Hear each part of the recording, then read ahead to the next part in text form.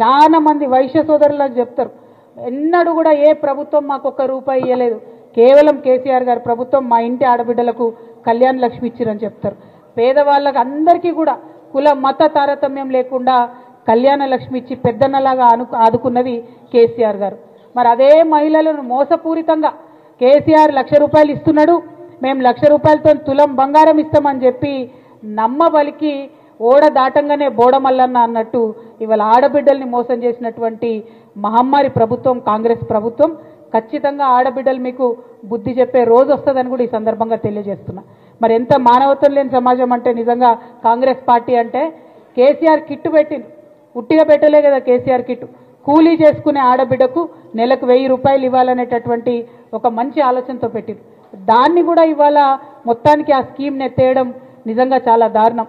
ఇంకొక పక్క Ambedkar overseas scholarship అని పెట్టినాం మనం.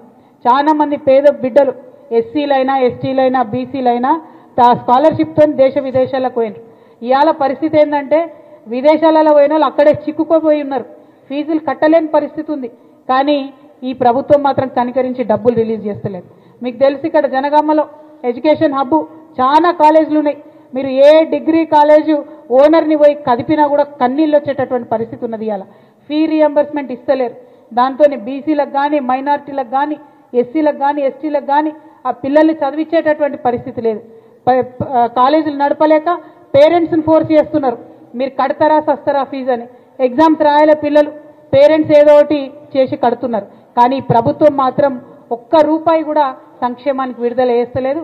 మేము డిమాండ్ చేస్తూ ఉన్నాం, మీరు ఇస్తానన్నటువంటి పథకాలన్నీ కూడా తక్షణమే ఇవ్వండి. మీరు ఒక పక్క రైతుల్ని మోసం చేస్తున్నారు. రైతు భరోసా ఇస్తాం జనవరి 26 నాటికి టకీ టకీ టకీ మనం పడుతుంది అన్నాడు ముఖ్యమంత్రి గారు. మరి 26 అయిపోయింది, ఇంకో ఫిబ్రవరి కూడా వచ్చింది, ఇంకా పడతనే లేవు. 2 ఎకరాల వాళ్ళకి అక్కడనో ఇక్కడనో వచ్చింది అంటున్నారు కానీ సంపూర్ణంగా వచ్చిన దాఖలాలు లేవు. రుణమాఫీది కూడా అదే పరిస్థితి, చెప్పింది ఒకటి జరుగుతున్నది ఒకటి. అందరికీ రుణమాఫీ అయిపోయిందని చెప్పి గొప్పలు చెప్పుకుంటుంటారు. ఎవరిని కదిలించినా కూడా మాకు కాలేదంటే మాకు కాలేదని. నిజంగా ఈ ప్రెస్ మిత్రులను కూడా ఇప్పుడు అడిగితే సగం మంది రుణమాఫీ కాలేదని చెప్తారని నాకు సంపూర్ణమైనటువంటి విశ్వాసం ఉన్నది. ఇట్లా ఏడిస్తారన్న బోనస్ వాళ్ళు. బోనస్ సంగతి పక్కన పెడితే సంక్రాంతికి సన్నవడ్లు సన్న బియ్యం ఇస్తామన్నారు, ఇచ్చిండ్రానే. రేషన్ కార్డులు కూడా ఇస్తలేరు, సన్న బియ్యం కూడా ఇస్తలేరు. ఇక సన్న బియ్యానికి బోనస్ అని చెప్పి ఇంకో మాట.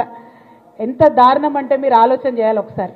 కరోనా వచ్చినటువంటి సమయంలో సాఫ్ట్వేర్ ఉద్యోగాలు హైదరాబాద్లో పోతే పిల్లలు ఊర్లలోకి వస్తే తల్లిదండ్రుల దగ్గర పైసలు ఉండే. ఎట్లా ఉండే? కరోనా విపత్తు కాలంలో కూడా చివరి గింజ వరకు కూడా మనం కొన్న మానాడు కూడా ఎక్కడ కూడా వ్యవసాయం ఆపకుండా ఖచ్చితంగా